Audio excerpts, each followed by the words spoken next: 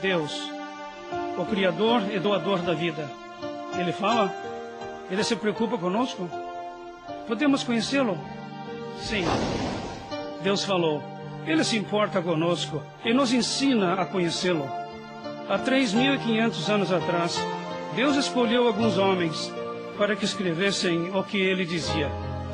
Por 1.500 anos, Deus continuou a falar e 40 homens registraram suas mensagens. Os primeiros registros foram chamados de as leis e os profetas.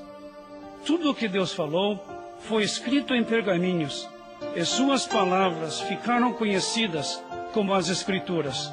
Estes registros são conhecidos hoje como a Bíblia, e nos falam sobre Deus e de quanto Ele ama todas as pessoas do mundo. Esta é a história de Deus.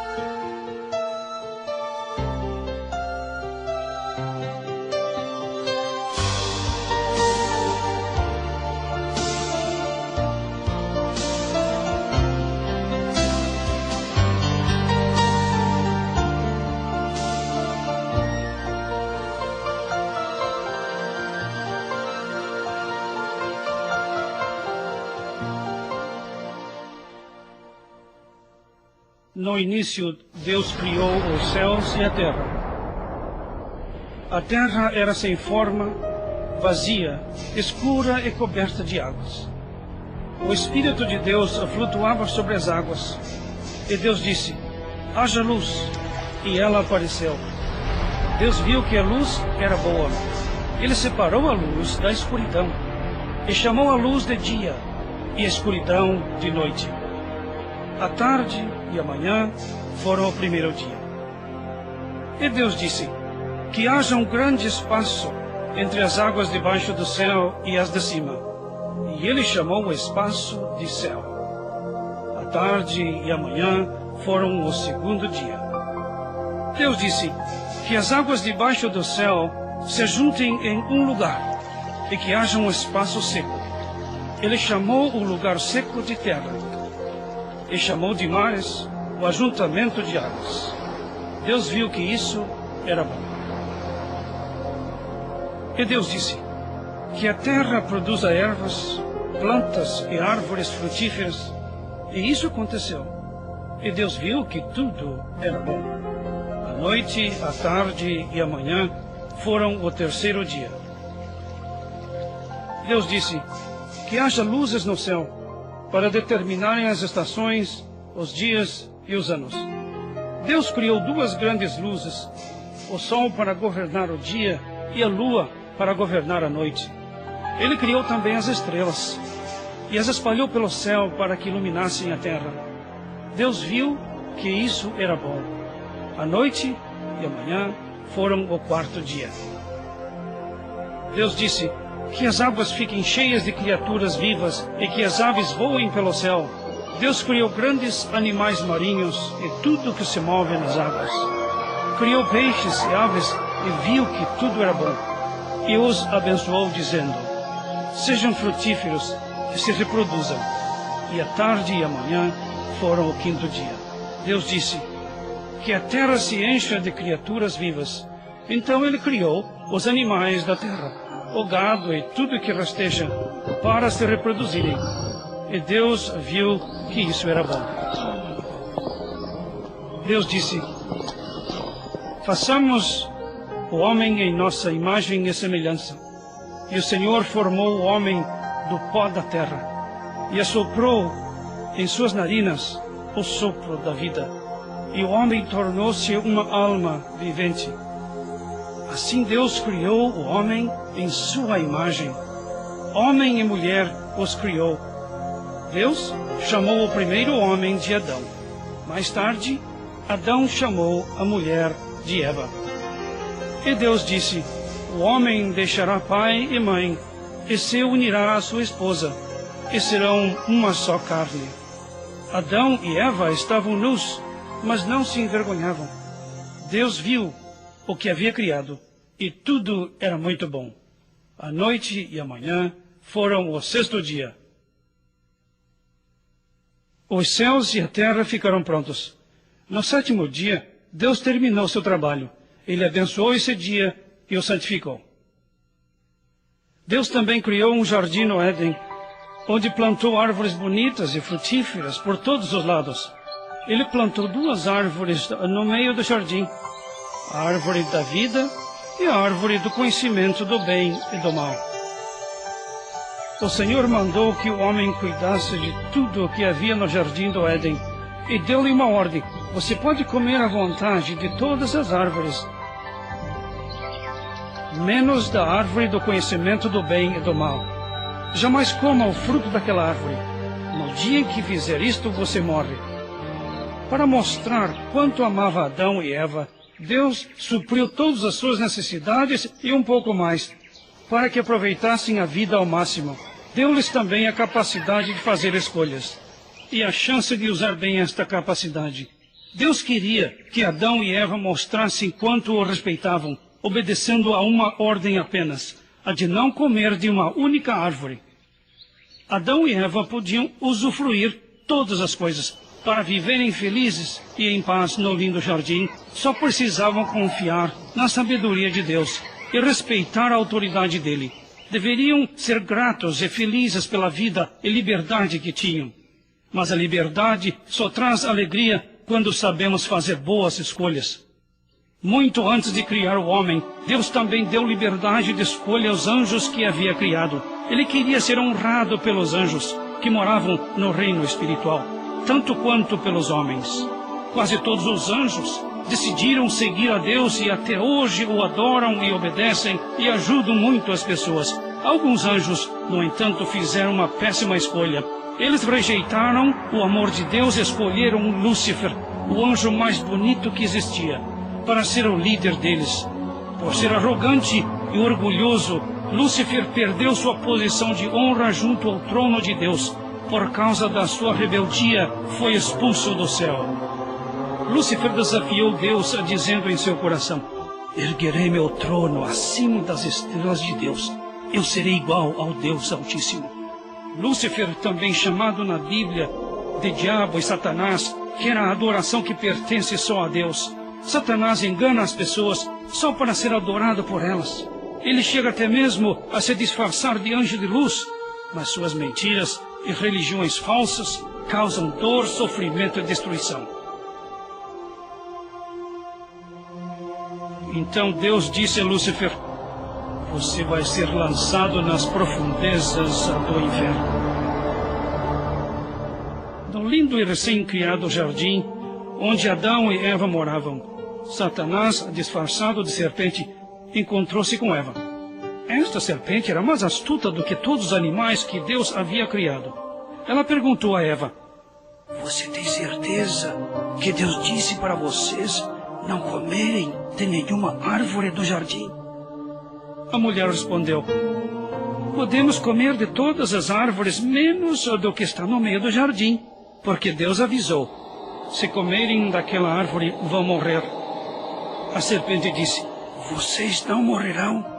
Deus sabe que no dia em que comerem dessa árvore, seus olhos vão se abrir e vocês serão iguais a Ele e verão a diferença entre o bem e o mal.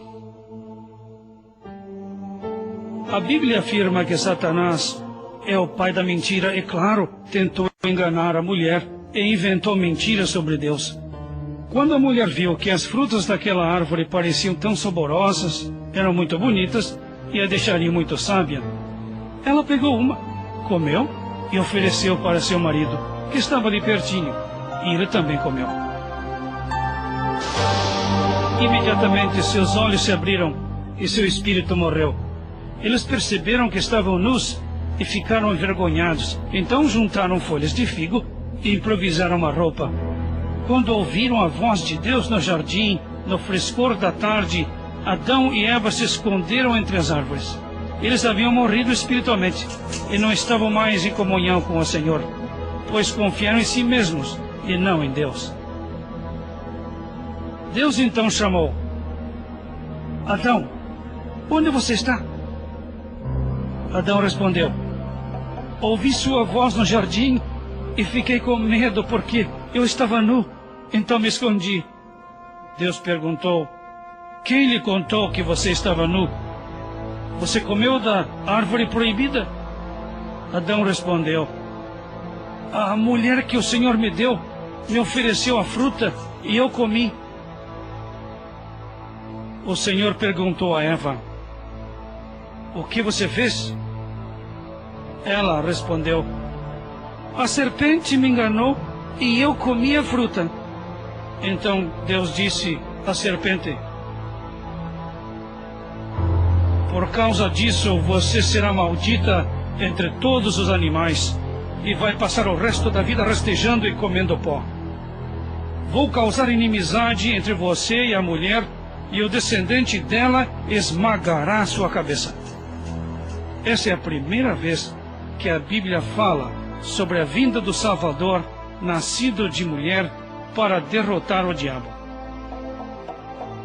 Deus disse a Eva: vou aumentar seu sofrimento. Você vai sentir muitas dores quando tiver filhos e será governada por seu marido. E Deus disse a Adão: você deu ouvidos à sua mulher e comeu da árvore proibida. Por isso a terra será amaldiçoada, e pelo resto da vida você vai ter que trabalhar duro para poder comer. A terra vai produzir espinhos e ervas daninhas, e enquanto viver, você vai ter que suar para ganhar o pão de cada dia. Eu criei você do pó, e para o pó você voltará. As roupas de folhas não cobriam Adão e Eva. Deus então lhes fez roupas de pele de animais. Deus precisou matar um animal para que o homem e a sua mulher tivessem com que se cobrir. Assim, por meio de Adão, o pecado e a morte entraram no mundo. Antes mesmo da criação do mundo, Deus tinha planejado perdoar a desobediência humana com a morte de um inocente. Ele sabia que as pessoas, sendo tolas, rejeitariam suas orientações e tentariam ser donas de suas vidas, mas fracassariam. Deus chama essa rejeição de pecado. No entanto, por amar o mundo, Deus planejou enviar um Salvador que morreria para que todos fossem perdoados de seus pecados.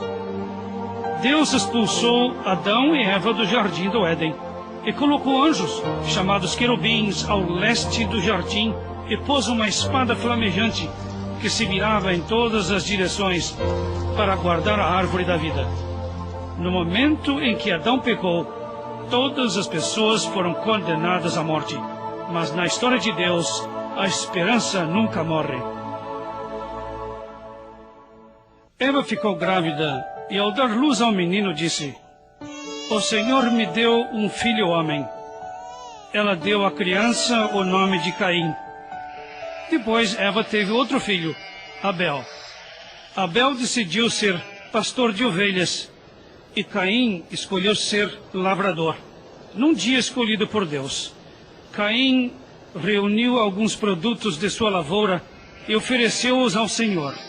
Abel, no entanto, ofereceu uma ovelhinha. Deus aceitou alegremente a oferta de Abel, mas rejeitou a de Caim. Caim ficou muito zangado e Deus lhe perguntou: por que você está com tanta raiva? Deus lembrou a Caim que o sacrifício precisava ser feito com a morte de um animal. Assim como as folhas de figo não puderam cobrir o pecado de Adão e Eva, um sacrifício feito com plantas e legumes sem sangue também não podia perdoar os pecados. Deus explicou a Caim que ele tinha sido rebelde ao não oferecer um animal para sacrifício, pois não havia adorado conforme as orientações dele. A Bíblia diz que Abel confiava em Deus, mas Caim não confiava. Deus deixa bem claro na Bíblia que sem derramamento de sangue não há perdão de pecados. No entanto, Caim se recusou a obedecer a Deus e não sacrificou um animal. Ao contrário, jogou a culpa em Abel, seu irmão. Quando estavam no campo, Caim atacou e matou Abel. Deus perguntou a Caim: onde está o seu irmão? Caim respondeu: não sei. Por acaso eu tenho que cuidar dele? Deus insistiu: o que você fez? O sangue de seu irmão clama a mim.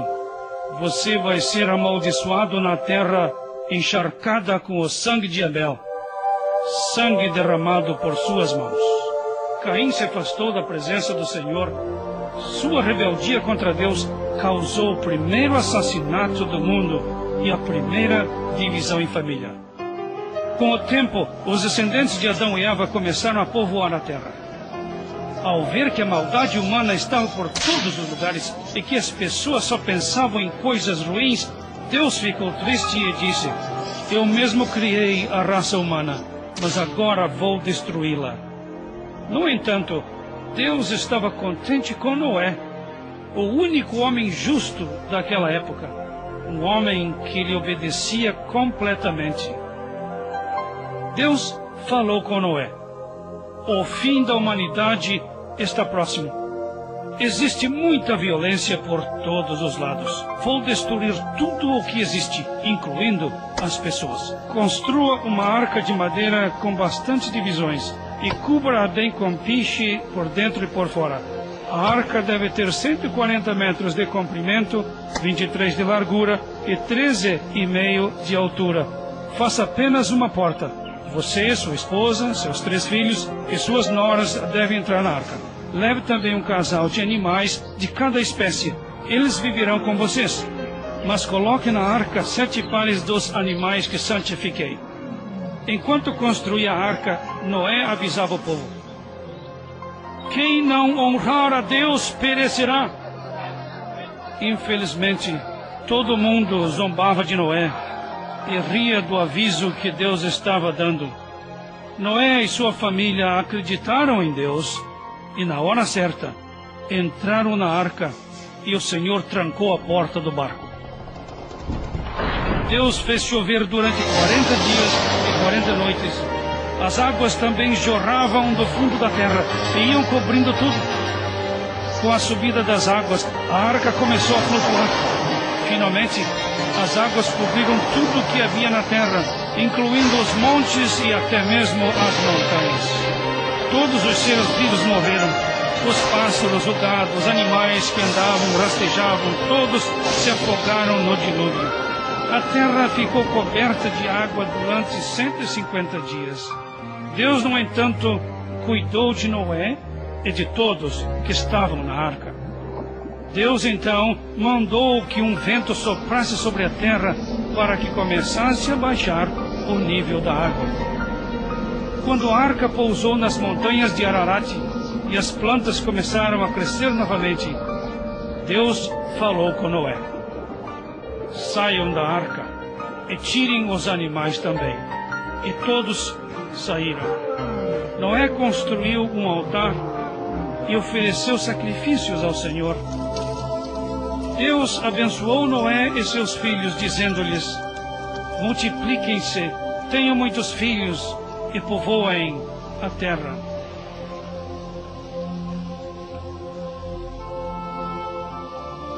Continuem a comer plantas e comecem a se alimentar de carne de animais. Quem matar outro ser humano deve ser morto, porque Deus fez o homem em sua imagem e semelhança. Deus prometeu a Noé: estou fazendo uma aliança com você e com seus descendentes. Nunca mais a terra será destruída por um dilúvio. Esta promessa será selada com um arco no céu. Sempre que chover, você e eu veremos o arco-íris, e eu me lembrarei do que prometi. Muito tempo depois do dilúvio, quando todo mundo ainda falava a mesma língua, muitas pessoas foram habitar nas planícies do Oriente. Certo dia, eles decidiram o seguinte: vamos construir uma cidade e uma torre. Seremos famosos e não nos separaremos uns dos outros. Isso foi uma desobediência direta às ordens de Deus para que se espalhassem e povoassem a terra. Além do mais, a torre que planejavam construir seria um lugar de adoração ao sol, lua e às estrelas. Eles decidiram adorar a criação e não o Criador. Deus viu a cidade e a torre que estavam sendo construídas e disse: o povo é um só, e todos falam a mesma língua. Assim podem fazer tudo o que quiserem. Vamos descer e confundir suas palavras. Assim um não vai entender o que o outro está dizendo. E foi o que o Senhor fez. E a construção parou. Aquela cidade recebeu o nome de Babel, que significa confusão, pois foi ali que Deus criou diferentes idiomas, obrigando o povo a se espalhar pela terra. Cerca de 400 anos depois do dilúvio, Deus apareceu a um homem chamado Abrão, que vivia no Oriente Médio, na cidade de Ur.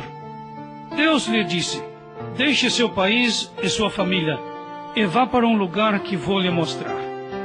Farei de você uma grande nação, e seu nome será muito conhecido. Quem o abençoar também será abençoado, e quem o amaldiçoar será amaldiçoado. Todas as famílias da terra serão abençoadas por meio de você.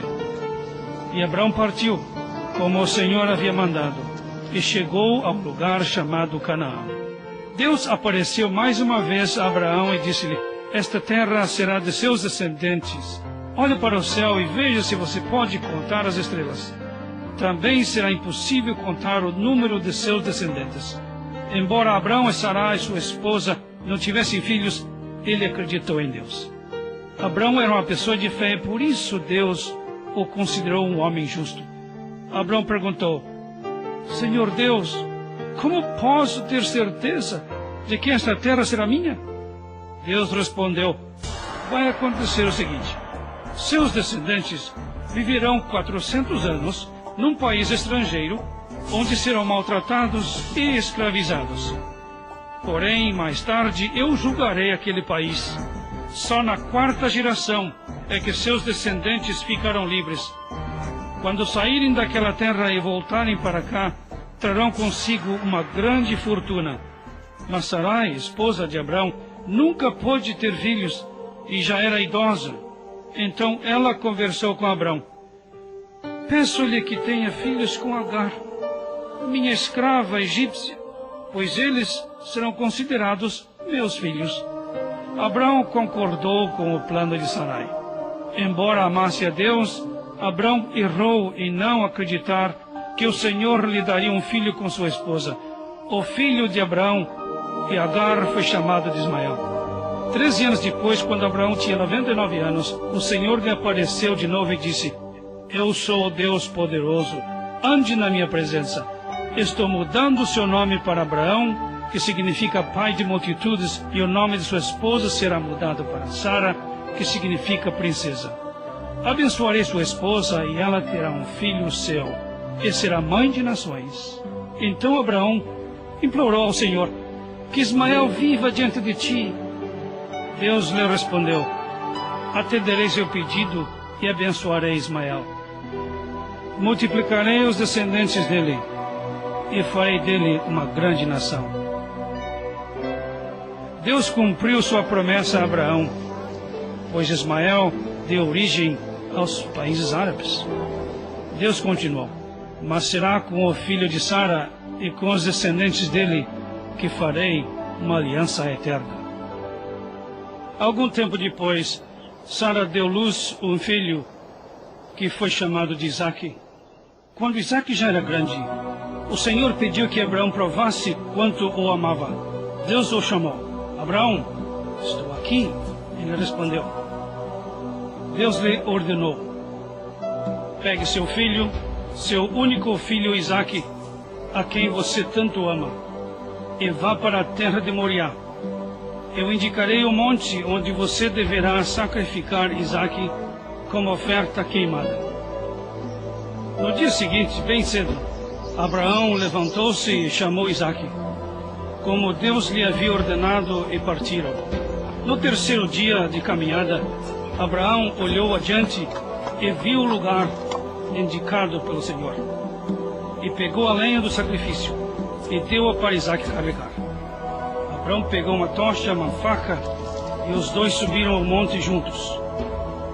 Isaque perguntou: Pai, nós temos o fogo e a lenha, mas onde está o cordeiro para o sacrifício? Abraão respondeu: Meu filho, Deus proverá um cordeiro para a oferta queimada. Os dois subiram até o lugar indicado por Deus. Abraão construiu um altar e arrumou a lenha. Depois amarrou Isaque e o deitou sobre a lenha no altar. A seguir, Abraão pegou a faca e preparou-se para matar o filho. Neste exato momento, um anjo do Senhor gritou do céu: Abraão, Abraão, eis-me aqui. Ele respondeu.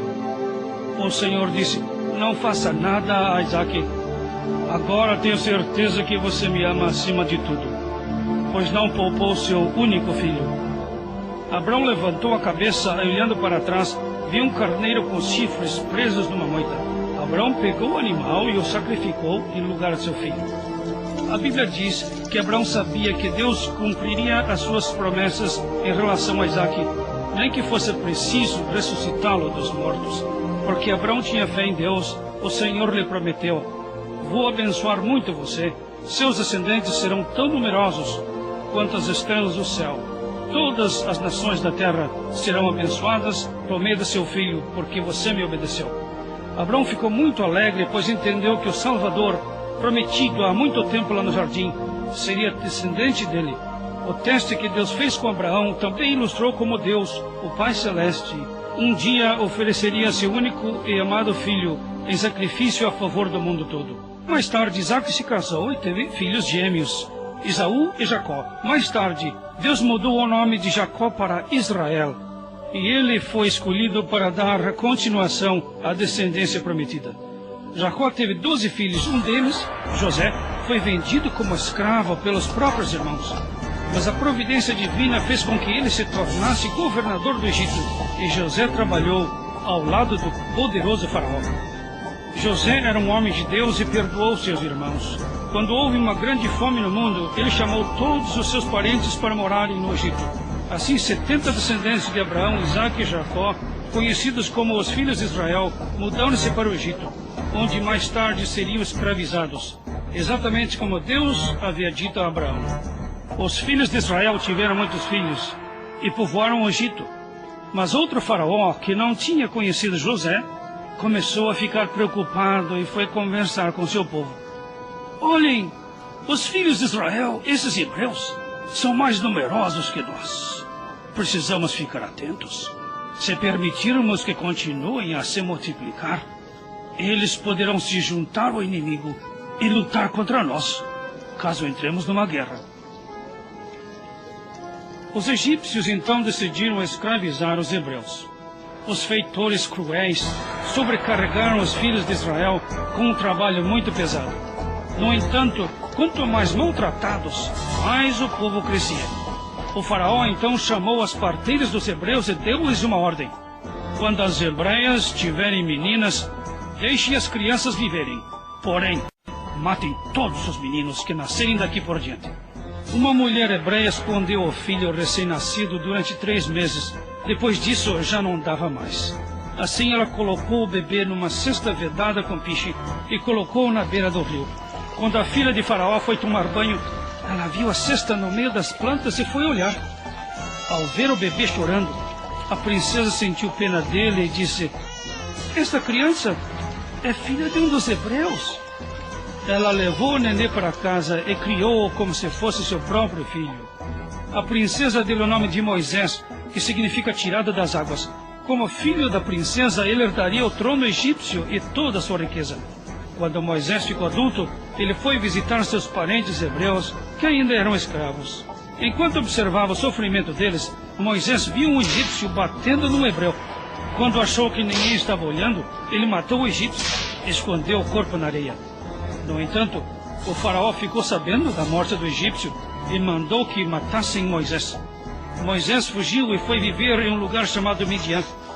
40 anos mais tarde, aquele faraó morreu. Os filhos de Israel choravam na escravidão.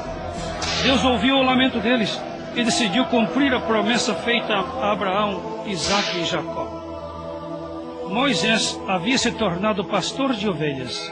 Um dia, quando estava cuidando do rebanho, no deserto, o anjo do Senhor lhe apareceu no meio de um arbusto que estava em chamas. Uma coisa incrível acontecia. O arbusto estava pegando fogo, mas não se queimava. Moisés pensou: tenho que descobrir por que o arbusto, mesmo em chamas, não se queima todo. Ao se aproximar, Deus o chamou do meio do arbusto. Moisés, Moisés. Estou aqui, respondeu Moisés. Deus avisou: não chegue mais perto. Tire as sandálias do pé, pois você está pisando em terra santa. Sou o Deus de seus pais, o Deus de Abraão, de Isaque e de Jacó. Moisés escondeu o rosto, pois estava com medo de olhar para Deus. O Senhor disse mais: tenho visto as aflições do meu povo no Egito e ouvi seu lamento. Sei quanto tem sofrido. Vim libertá-los das mãos dos egípcios. Vou levá-los para uma terra boa, onde há muito leite e mel. Escute, Moisés, vou mandar você falar com o faraó e pedir-lhe que deixe meu povo, os filhos de Israel, sair do Egito. Moisés respondeu: quem sou eu para ir falar com o faraó? Não sou a pessoa certa para tirar o seu povo do Egito, Senhor. Quando eu disser aos filhos de Israel: o Deus de seus pais me mandou aqui, e eles perguntarem como é o nome dele, o que eu respondo?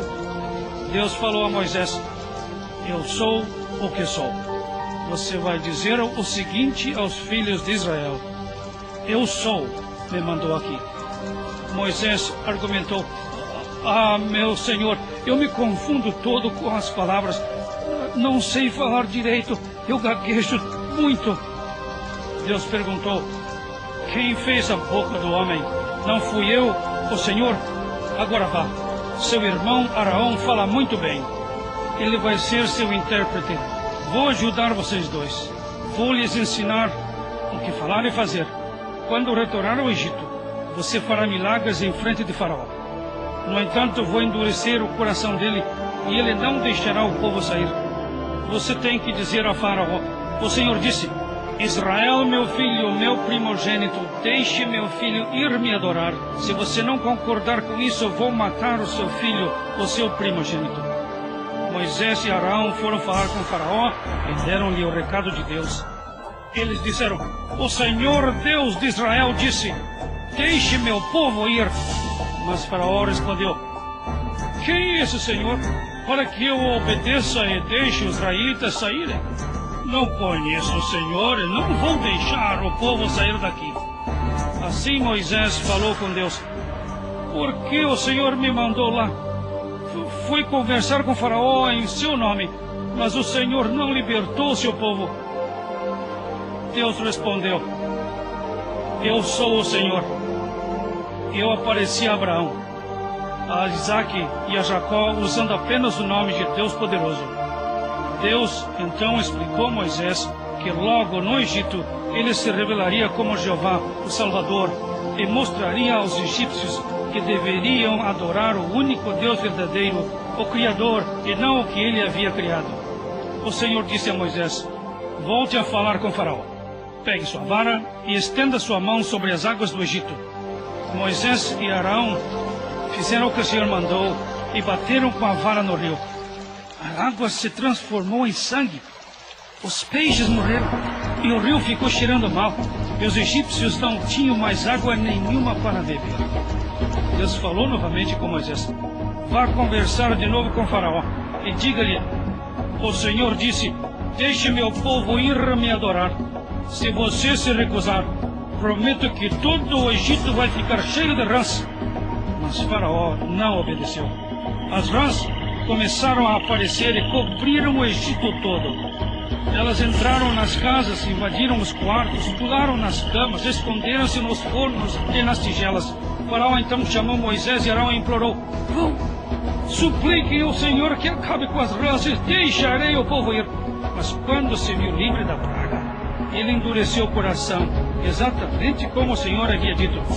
Então Deus continuou a mandar pragas sobre o Egito. Faraó sempre implorava para que a praga se acabasse, mas nunca cumpria o que prometido e não deixava o povo ir.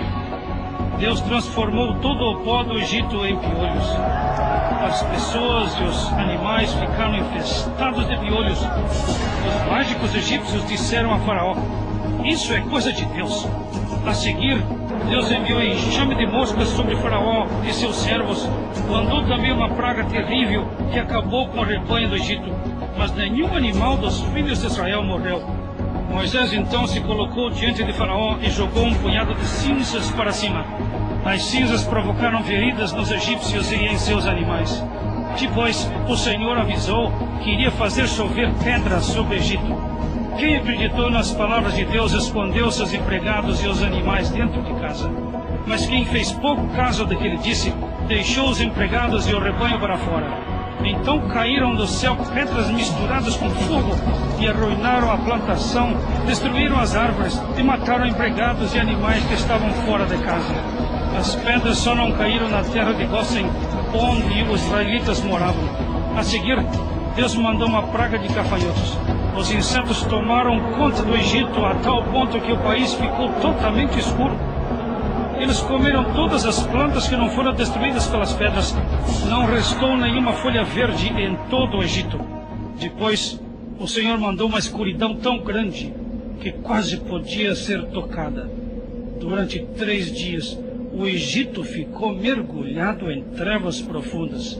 Ninguém enxergava um palmo diante do nariz, ninguém podia sair de casa. Porém, nas casas dos filhos de Israel havia luz. Mesmo assim, Faraó não permitiu que todo o povo saísse e até ameaçou Moisés: saia da minha frente! No dia em que você aparecer por aqui de novo, vai morrer. Moisés respondeu: você está certíssimo, nunca mais nos veremos. E Deus disse a Moisés: vou mandar só mais uma praga. E será Faraó quem vai implorar para o povo ir embora. Esta praga vai matar todos os primogênitos do Egito, desde o filho de Faraó até o filho do empregado mais humilde. Haverá um choro desesperado por todo o Egito, um choro como nunca se ouviu antes, nem se ouvirá depois. Moisés reúna todo o povo de Israel e diga-lhes o seguinte: cada família deve escolher um cordeiro de 1 ano de idade, macho e sem nenhum defeito.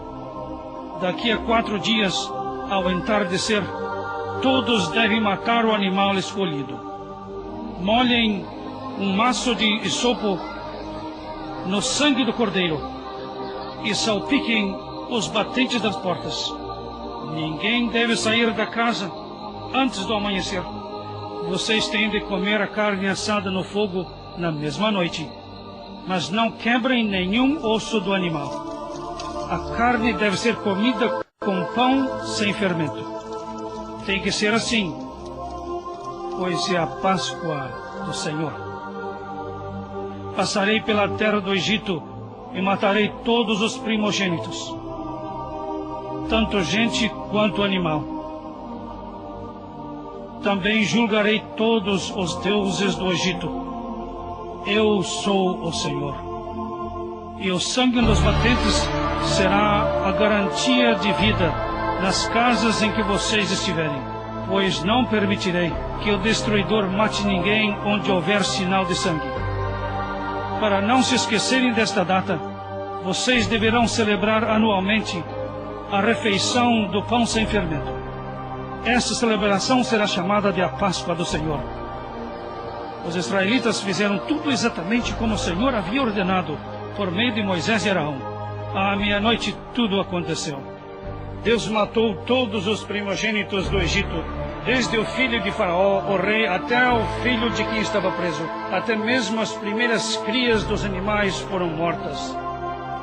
Faraó e seus empregados e todos os egípcios acordaram no meio da noite, e houve muito choro naquela terra, pois não havia nenhuma casa onde algum não tivesse morrido. Mas ninguém morreu nas casas que haviam sido borrifadas com sangue. Então, de noite mesmo, Faraó mandou chamar Moisés e Arão e disse: acordem todo mundo! Vocês e os israelitas devem se afastar do meu povo. Saiam! Vão adorar o Senhor, como tanto querem. E os egípcios apressaram os israelitas, implorando-lhes que partissem o mais rápido possível. Se vocês não forem embora, todos nós morreremos. Eles choravam. Na saída, os egípcios deram suas joias e ouro para os hebreus, e os filhos de Israel, cerca de 1 milhão de pessoas, agora saíram levando seus rebanhos. Tudo aconteceu exatamente como Deus havia dito a Abraão. Seus descendentes foram escravizados, e foi na 14ª geração que se livraram do cativeiro, que saíram levando uma grande riqueza. Assim, essa grande nação que Deus chamou de seu primogênito, deixou o Egito e acampou à beira do deserto. O Senhor falou novamente com Moisés. Faraó logo vai pensar que os filhos de Israel estão perdidos no deserto. Vou endurecer o coração dele, e ele perseguirá vocês. No entanto, a honra será toda minha, e os egípcios saberão que eu sou Deus. As coisas aconteceram como Deus previu. Faraó e seus soldados voltaram-se contra os israelitas. Por que deixamos os escravos israelitas partirem? Faraó então tomou 600 de suas melhores carruagens, convocou todo o seu exército e saiu atrás deles. Os egípcios alcançaram esses escravos perto do Mar Vermelho, onde estavam acampados. Os israelitas ficaram aterrorizados quando viram os egípcios e clamaram ao Senhor. Moisés disse ao povo: não tenham medo, fiquem calmos e observem como Deus vai nos salvar. Vocês estão vendo estes egípcios pela última vez. O Senhor vai lutar por nós.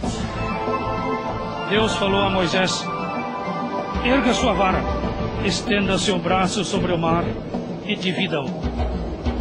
Os filhos de Israel caminharão em terra seca no meio das águas. Moisés fez o que o Senhor ordenou. Deus mandou um vento forte do leste separar as águas, e os israelitas atravessaram o mar pisando em chão seco. As águas formavam um muro dos dois lados do povo. Todo o exército de Faraó, cavalos, carruagens e cavaleiros, saíram perseguindo os israelitas pelo mar seco. Deus, porém, atrapalhou os soldados egípcios, fazendo com que as rodas das carruagens caíssem, impedindo que avançassem. Os egípcios entraram em pânico. Vamos fugir, pois o Senhor está lutando pelos israelitas.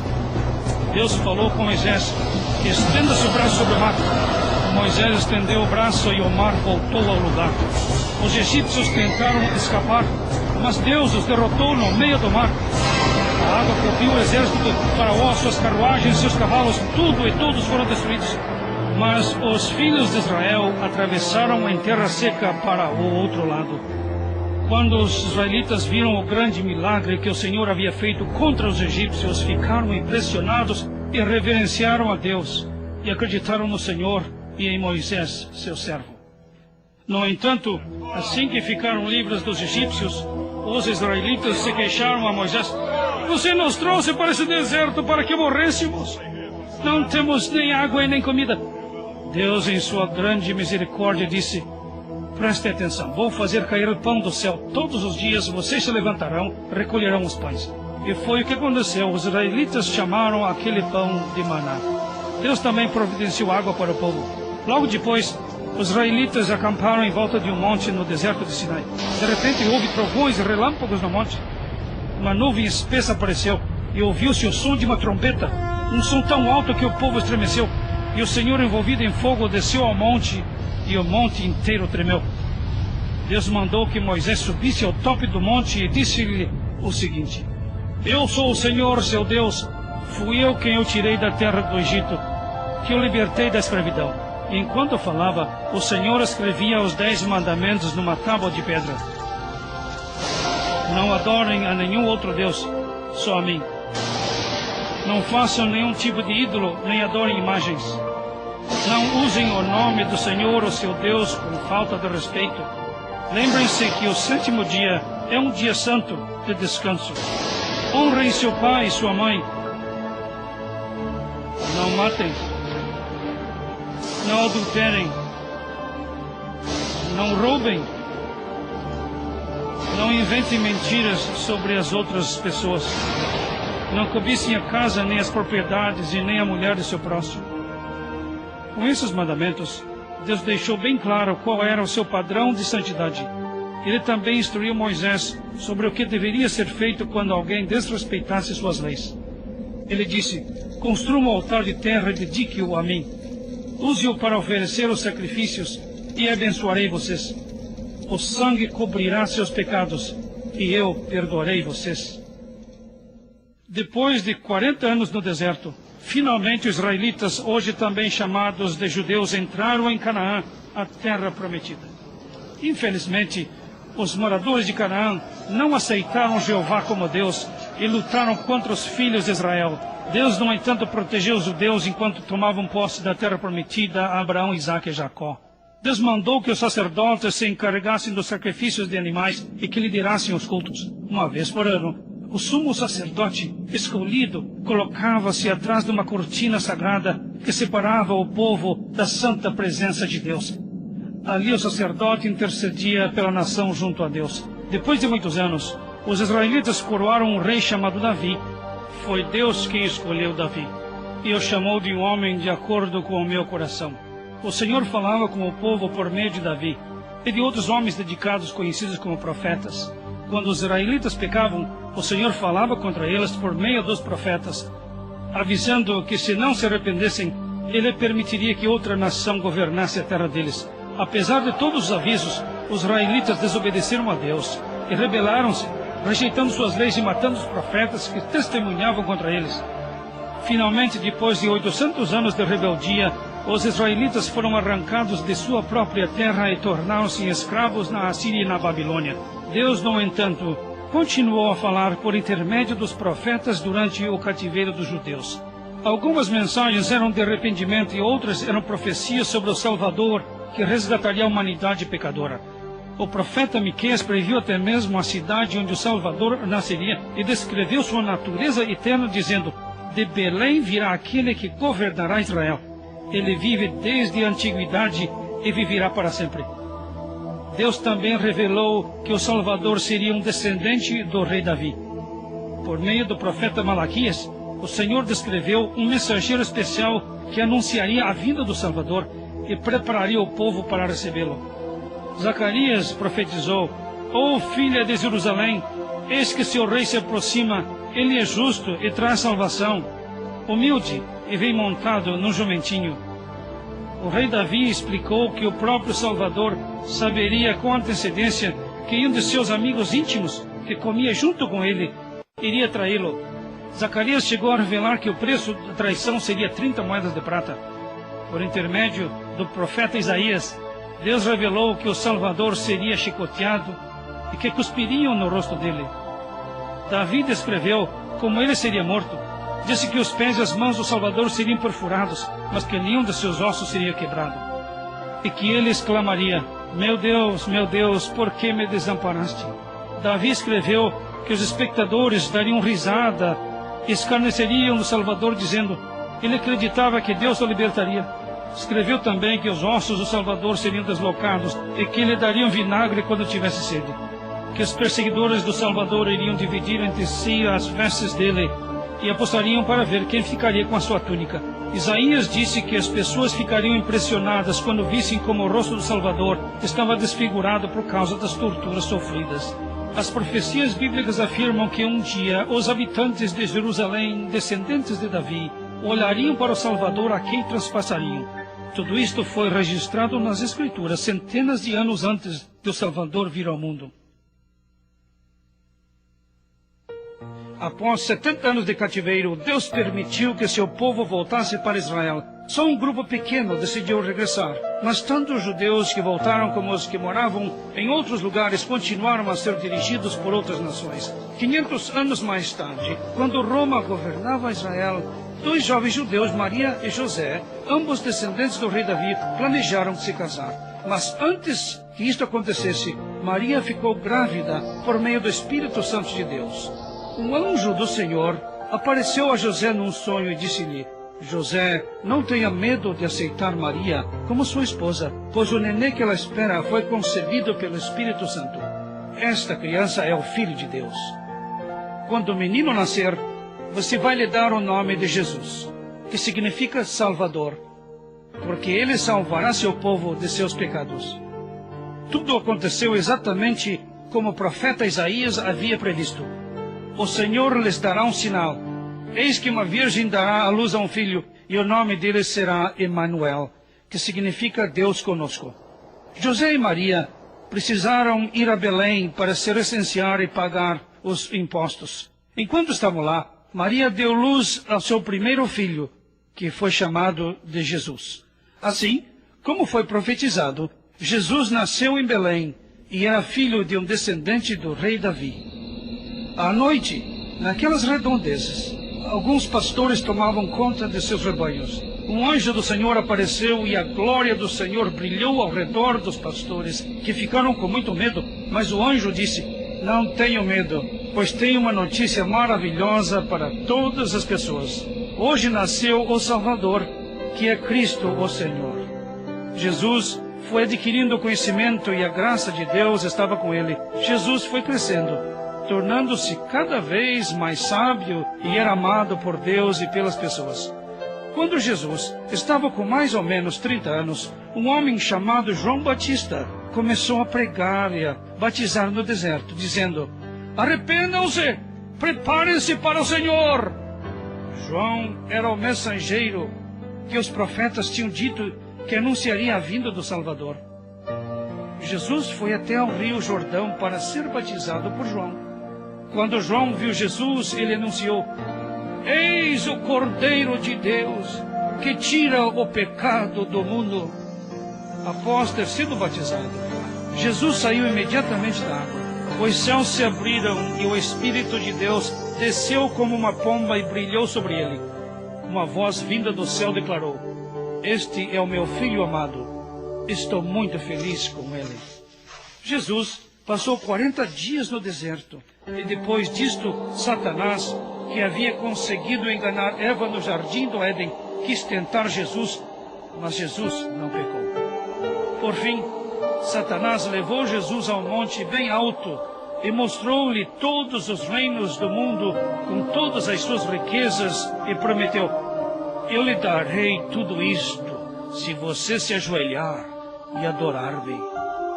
Jesus respondeu: Fique longe de mim, Satanás, porque Deus escreveu: Vocês adorarão o Senhor seu Deus e só a Ele servirão. Enquanto estava no mundo, Jesus, o Filho de Deus, viveu em forma de homem e foi tentado do mesmo jeito que nós somos. No entanto, ele nunca pecou. Jesus foi bem-sucedido naquilo em que Adão fracassou. Isto mostra que Jesus podia mesmo ser o Salvador da humanidade, o Cordeiro mandado por Deus. Jesus mostrou por várias maneiras, incluindo a realização de incontáveis milagres, que era o Salvador prometido. Numa festa de casamento, ele transformou água em vinho. Um dia ele curou um homem que era aleijado por 38 anos. Um leproso que precisava viver afastado de todo mundo viu Jesus e, ajoelhando-se, disse: O Senhor pode me curar, se querer. Jesus tocou no homem e falou: Fique limpo. Imediatamente a lepra desapareceu. Em outra ocasião, Jesus fez um cego de nascença enxergar. Uma mulher que sofria de uma doença que os médicos não conseguiam curar tocou o manto de Jesus. Ele olhou para ela e disse: Tudo bem, filha, sua fé curou você. Vá em paz. Inúmeras pessoas com diferentes tipos de doenças foram levadas a Jesus e ele curou todas elas. Jesus escolheu 12 homens para que o seguissem. Ele lhes deu poder e autoridade sobre o mal. Os 12 discípulos foram enviados a pregar sobre o reino de Deus e a curar os enfermos. Jesus ficou conhecido por todos os lugares e grandes multidões se juntavam para ouvir seus ensinos e serem curadas também. Certa vez, 5.000 pessoas se reuniram e não tinham o que comer. Jesus pegou o lanche de um menino, pão e peixe, e fez uma oração. O lanche do garoto foi multiplicado de modo milagroso. Todas as pessoas foram alimentadas e ainda sobraram 12 cestos cheios. Mesmo assim, as pessoas continuavam pedindo mais provas de que Jesus tinha mesmo vindo de Deus. E disseram: nossos antepassados comeram maná lá no deserto. Está registrado nas Escrituras que ele mandou pão do céu para o povo comer. Jesus respondeu: o pão de Deus é aquele que veio do céu e dá vida ao mundo. Eles pediram: Senhor, dá-nos sempre deste pão. Jesus respondeu: eu sou o pão da vida. Quem vem a mim nunca terá fome. Quem crer em mim nunca terá sede. Jesus disse que sofreria muito e seria desprezado pelos líderes religiosos, que seria morto, mas ressuscitaria no terceiro dia. Muitos líderes religiosos e políticos rejeitaram os ensinos de Jesus. No entanto, um deles, um fariseu chamado Nicodemos, foi procurá-lo à noite, pois queria conhecer a verdade. Jesus explicou-lhe: se a pessoa não nascer de novo, não poderá ver o reino de Deus. Nicodemos perguntou: como um homem pode nascer de novo se já é velho? Ele poderá entrar no ventre de sua mãe pela segunda vez e nascer de novo? Jesus explicou: quem nasce da carne é carne, e quem nasce do Espírito é Espírito. Não fique admirado de eu ter dito que você precisa nascer de novo. Nicodemos perguntou: como pode acontecer isso? Jesus o repreendeu porque ele dava aulas de religião, mas não entendia as verdades espirituais.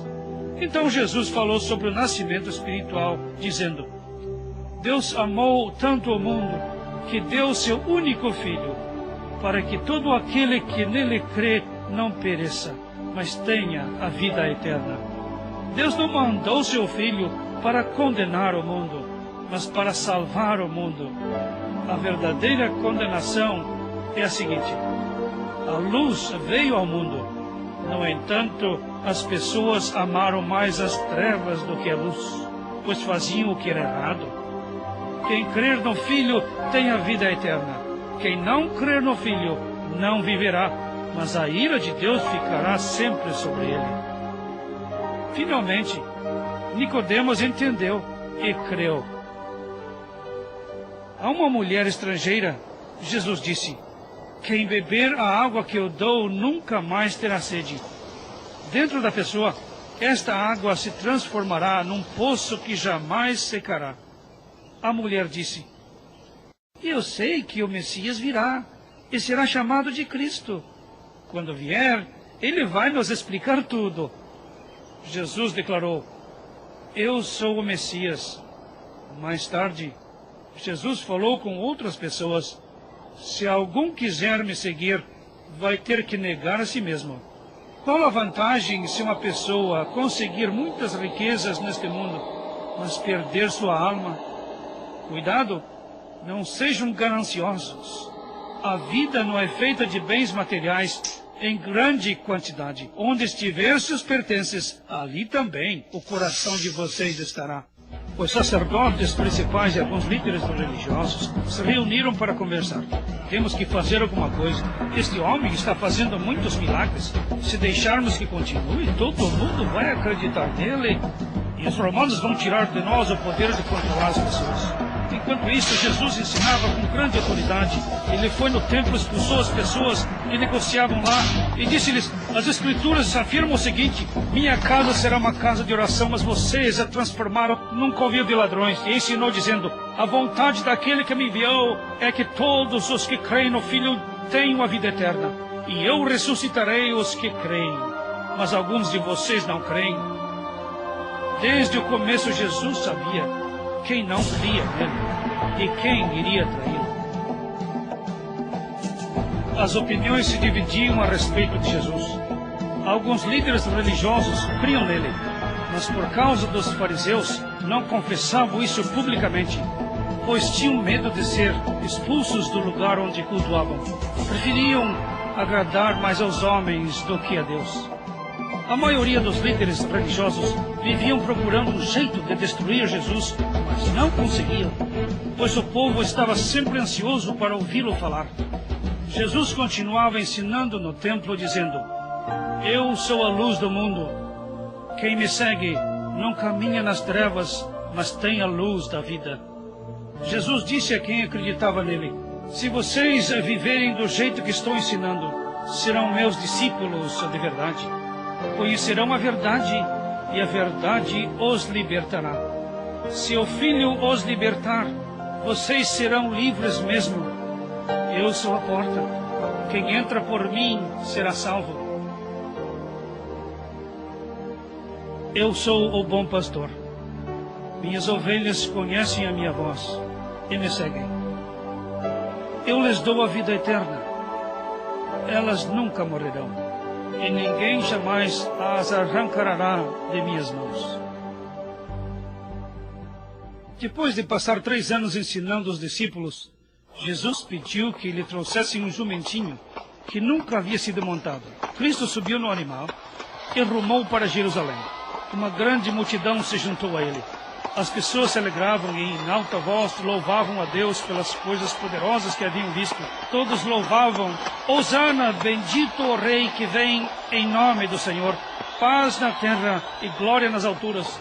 Perto de Jerusalém, Cristo olhou para a cidade e chorou porque seus habitantes ainda não acreditavam nele como Salvador prometido. Satanás tomou conta de Judas Iscariotes, um dos 12 discípulos. E ele tramou com os principais sacerdotes e com os capitães da guarda como iria trair Jesus. Eles ficaram satisfeitos e concordaram em dar a Judas 30 moedas de prata pela informação sobre a hora e lugar em que poderiam prender Jesus, sem que houvesse muita gente por perto. Jesus sabia que havia chegado a hora de morrer, e então reuniu os discípulos para a celebração da Páscoa. Enquanto comiam, Jesus pegou o pão, abençoou-o, partiu-o, distribuiu entre os discípulos e disse: Peguem e comam, isto é o meu corpo que será entregue por causa de vocês. Façam isso sempre para se lembrarem de mim. Depois Jesus pegou um cálice de vinho, orou agradecendo e passou entre os discípulos. Todos beberam. Jesus lhes disse: Este é o meu sangue, sangue da nova aliança, que é derramado em favor de muitos para o perdão dos pecados. Porém lhes digo que não beberei mais do fruto da vinha até o dia em que eu beberei junto com vocês no reino de meu Pai. Jesus disse: Não fiquem preocupados. Vocês creem em Deus, creiam também em mim. No reino de meu Pai há muitas mansões. Vou preparar um lugar para vocês lá. Depois que tudo estiver preparado, voltarei e levarei vocês para que morem lá comigo. Vocês sabem para onde eu estou indo e sabem como chegar lá. Tomás perguntou: Como podemos conhecer o caminho se não sabemos para onde o Senhor vai? Jesus respondeu: Eu sou o caminho, a verdade e a vida. Ninguém chegará ao Pai a não ser por mim. Naquela noite, Jesus avisou os discípulos que haveria dificuldades pela frente.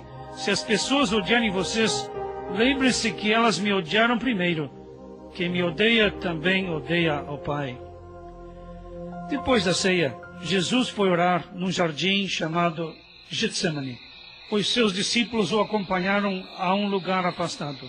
Depois de Jesus ter orado, os sacerdotes mais importantes, os capitães da guarda do templo e alguns líderes religiosos apareceram à sua procura. Judas, que havia acabado de comer com Jesus, liderava o grupo. Ele se aproximou de Jesus e deu-lhe o beijo da traição. Quando Jesus se apresentou dizendo: Eu sou, a multidão deu um passo para trás e prostrou-se diante dele. Jesus deixou que o amarrassem e o levassem à casa do chefe dos sacerdotes. Os guardas do templo, que mantinham Jesus preso, zombavam dele e cuspiam-lhe no rosto. Depois de vendarem seus olhos, começaram a bater nele, perguntando: Adivinhe, quem foi que bateu em você? No dia seguinte, bem cedo, Jesus foi levado a Pilatos, o governador romano, e a multidão foi atrás acusando: este homem está criando confusão entre nós. Depois de interrogar Jesus, Pilatos disse aos sacerdotes, aos líderes e ao povo: este homem não fez nada para merecer a morte. Vou mandar que lhe deem uma boa surra e depois o deixem ir embora. Mas o povo gritava: crucifiquem-o! Crucifiquem-o! Para agradar o povo, Pilatos mandou que açoitasse Jesus com violência e que o crucificassem. Os soldados romanos, só para zombar de Jesus, enfiaram uma coroa de espinhos na cabeça dele. Colocaram um manto sobre seus ombros e exclamaram: viva o rei dos judeus! E davam-lhe socos. Depois, fizeram Jesus carregar uma cruz até o lugar chamado Calvário, também conhecido como Gólgota ou lugar da caveira. Ali, no mesmo lugar onde muito tempo atrás Deus pediu que Abraão sacrificasse Isaque, o filho amado, Jesus, o único e amado Filho de Deus, foi pregado numa cruz. Enquanto o crucificavam, Jesus disse: Pai, perdoa-lhes, pois não sabem o que fazem. Jesus foi crucificado entre dois ladrões.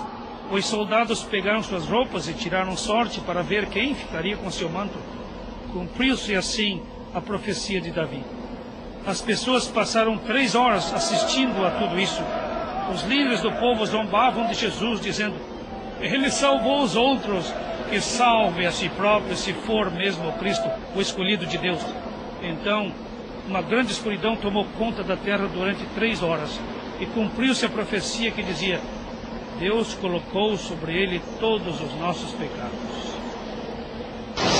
Jesus clamou em alta voz: Deus meu, por que o Senhor me abandonou?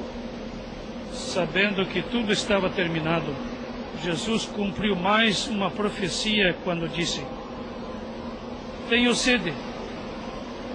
Os soldados, em zombaria, deram-lhe vinagre e disseram: se você é mesmo o rei dos judeus, desça daí.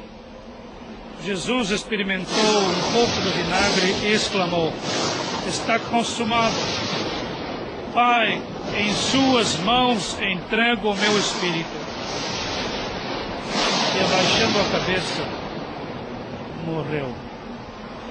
Na mesma hora, o sol ficou escuro e a terra tremeu. O véu do templo se rasgou ao meio. Quando o capitão da guarda romana viu o que aconteceu, ele disse: este homem era mesmo o Filho de Deus. Os soldados quebraram as pernas dos 2 ladrões crucificados ao lado de Jesus. Mas ao verem que Jesus já estava morto, não tocaram em suas pernas. Um dos soldados, no entanto, furou um dos lados de Jesus, fazendo sair água e sangue. Assim foram cumpridas as escrituras que diziam: nenhum de seus ossos será quebrado. E contemplaram aquele que foi traspassado. 2 homens que criam em Jesus, José e Nicodemos, enrolaram o corpo de Jesus num lençol de linho com ervas aromáticas e foram sepultá-lo. Os líderes judeus pediram que o túmulo fosse lacrado e guardado por soldados romanos.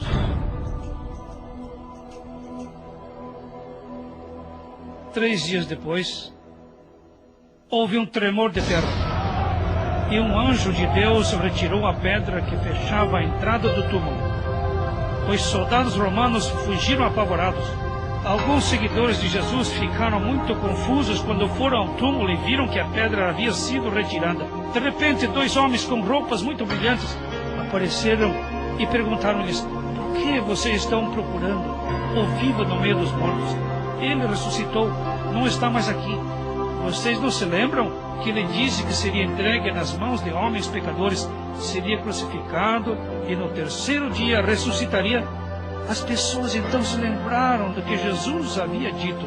Na tarde do mesmo dia, Jesus apareceu no meio dos discípulos e disse: que a paz esteja com vocês. Os discípulos ficaram aterrorizados, pensando que fosse um fantasma. Então Jesus disse: olhem as minhas mãos e os meus pés, toquem em mim e vejam, fantasmas não são de carne e osso como eu sou. Tudo aconteceu exatamente do jeito que eu disse, pois todas as coisas que foram escritas a meu respeito na lei de Moisés, nos profetas e nos salmos precisavam acontecer. Jesus ajudou os discípulos a entenderem as Escrituras, dizendo-lhes: está escrito que o Cristo precisaria sofrer e ressuscitar dos mortos no terceiro dia, e que o arrependimento e o perdão dos pecados deveriam ser anunciados em nome dele pelo mundo todo. Vocês testemunharam todas estas coisas. Jesus apareceu a muitas pessoas, mostrando-lhes que estava vivo e provando de modo bem claro que havia ressuscitado. Ele deu uma ordem aos discípulos: preguem o Evangelho por todo o mundo.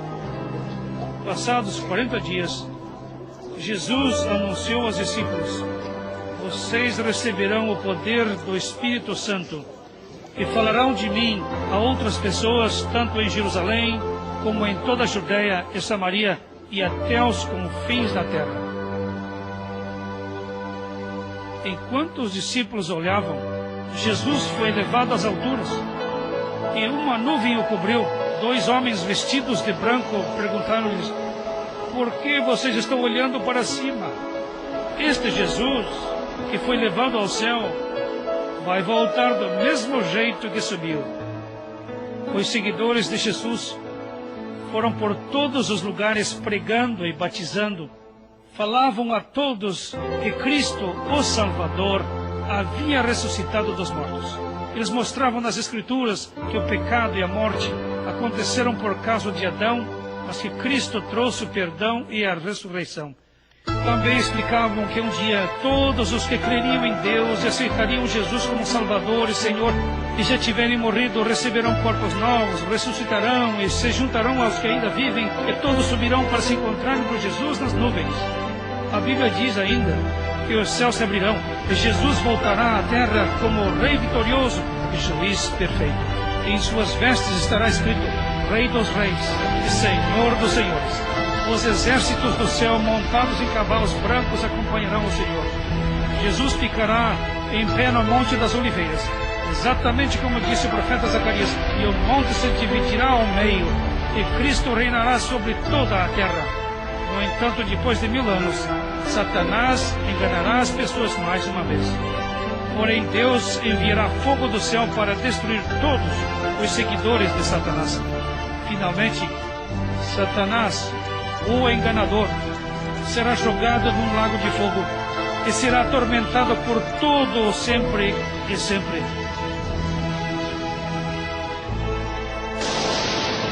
Então todos os mortos ficarão em pé diante de um trono branco, face a face com Deus. As pessoas cujos nomes não forem encontrados no livro da vida serão jogados no lago de fogo. Mas o povo de Deus viverá com ele, num novo céu, numa nova terra, e Deus enxugará de seus olhos todas as lágrimas.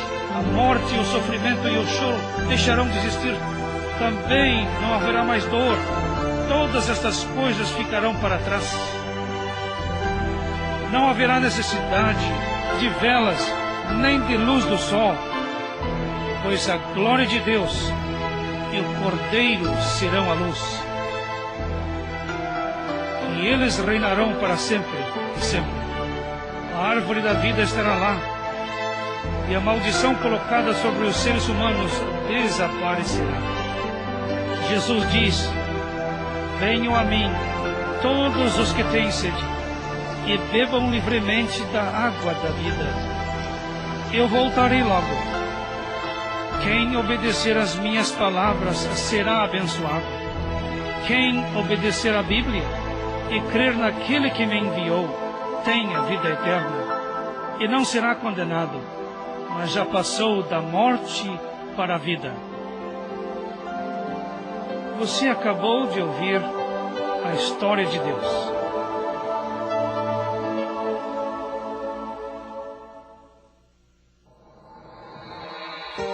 você viu, Deus, o Criador e doador da vida, preocupa-se conosco. Você também pode conhecê-lo e descobrir o plano maravilhoso que Ele tem para você. Mas Deus é santo e nos impõe algumas condições. Ele quer ser adorado como o único Deus de sua vida. Do mesmo modo que Adão e Eva deixaram de confiar em Deus e pecaram, também pecamos ao tentar viver sem Ele. A Bíblia diz que mesmo que você cumpra todos os mandamentos de Deus, continua sendo pecador e culpado diante dele. Você nunca alcançará o padrão de santidade de Deus, mesmo sendo muito religioso ou caridoso. Você está perdido e separado dele, mas Deus entende sua incapacidade e ama tanto você que mandou seu Filho sofrer e morrer por seus pecados.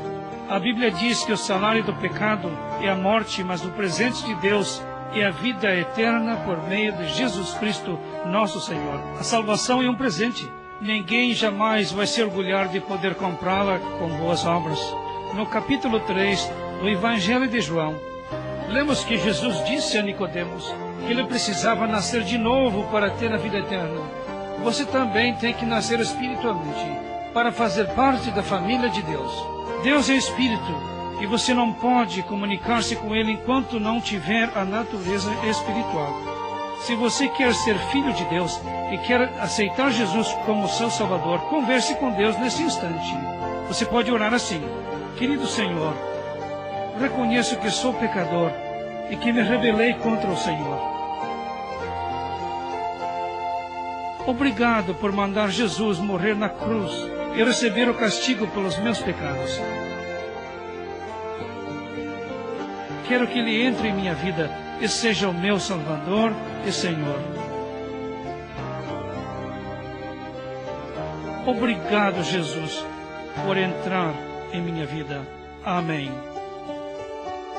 Se você fez esta oração e quer saber mais sobre Deus, deve fazer 3 coisas. Primeira, falar sempre com Deus em oração. Ouvi-lo por meio da leitura da Bíblia.